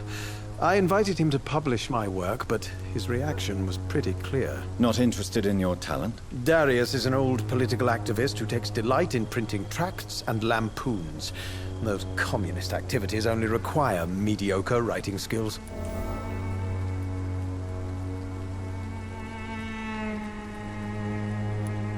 I'm looking for Dorothy Crane, a nurse who lives in this vicinity. Dorothy Crane.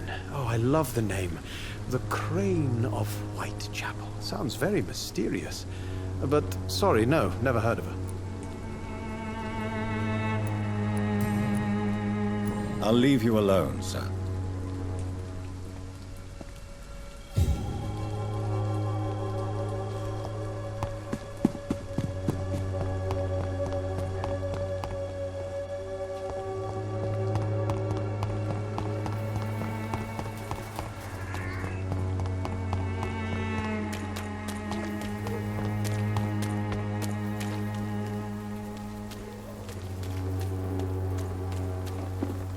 You look so pale, my lord. Would you like me to revive you?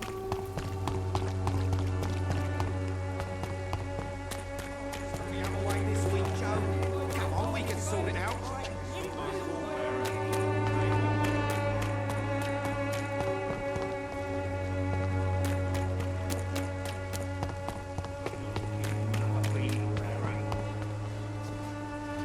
Good evening, Doctor. I heard you're investigating an underground medical dispensary in Whitechapel. What do you know about it? Not much, I'm afraid. They are wary of strangers, and I'm not really an acquaintance of theirs.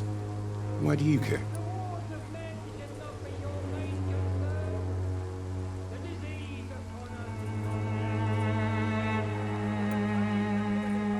It's confidential.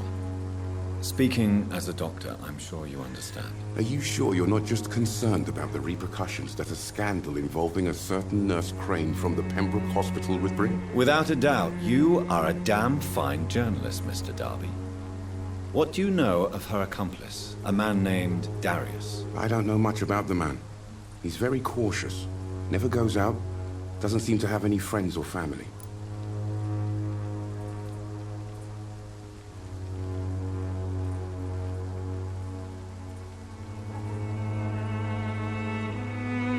He never goes out? No.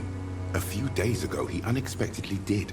I followed him, but it was just a ruse to keep me away from his house. Really? How do you know? He went to the nearest mailbox, but just before posting his letter, he ripped it up and threw it away. He has no relatives at all? No. Except for that strange man, a poet named Richard Nithercott, who sometimes comes by. Darius would never let him in. Where can I find this Mr. Nithercott? He spends most of his time lurking around Whitechapel, talking to himself or declaring verses. These days, you can usually find him behind the church.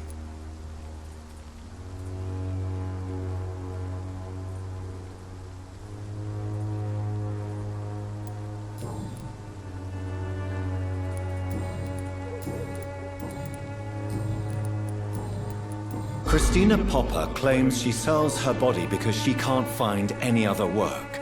Do you believe her? Of course I do.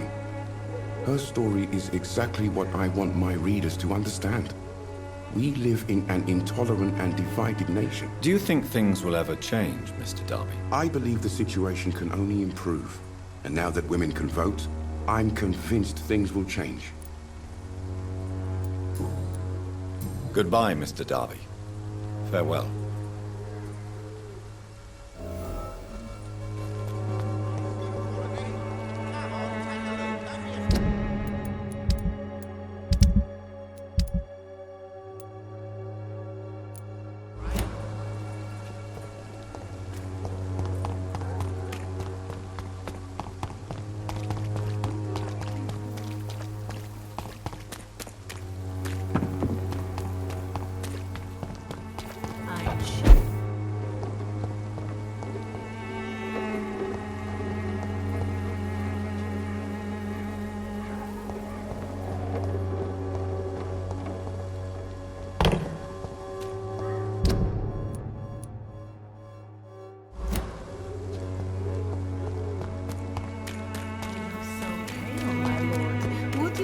me to Vampyr.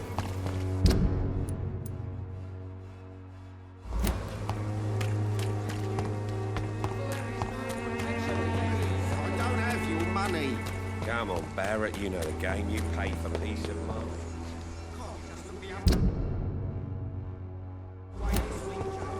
Come on, we can sort it out, right? It's not my call, Barrett. You paid one way or another.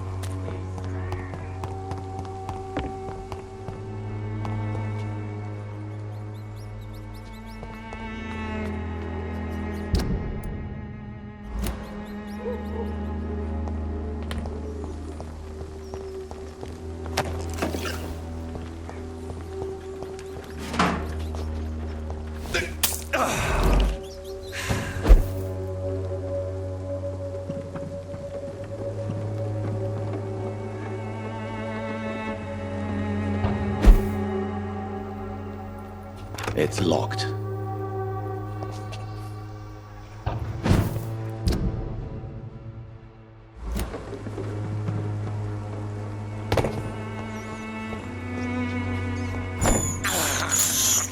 I can't believe I'm doing this.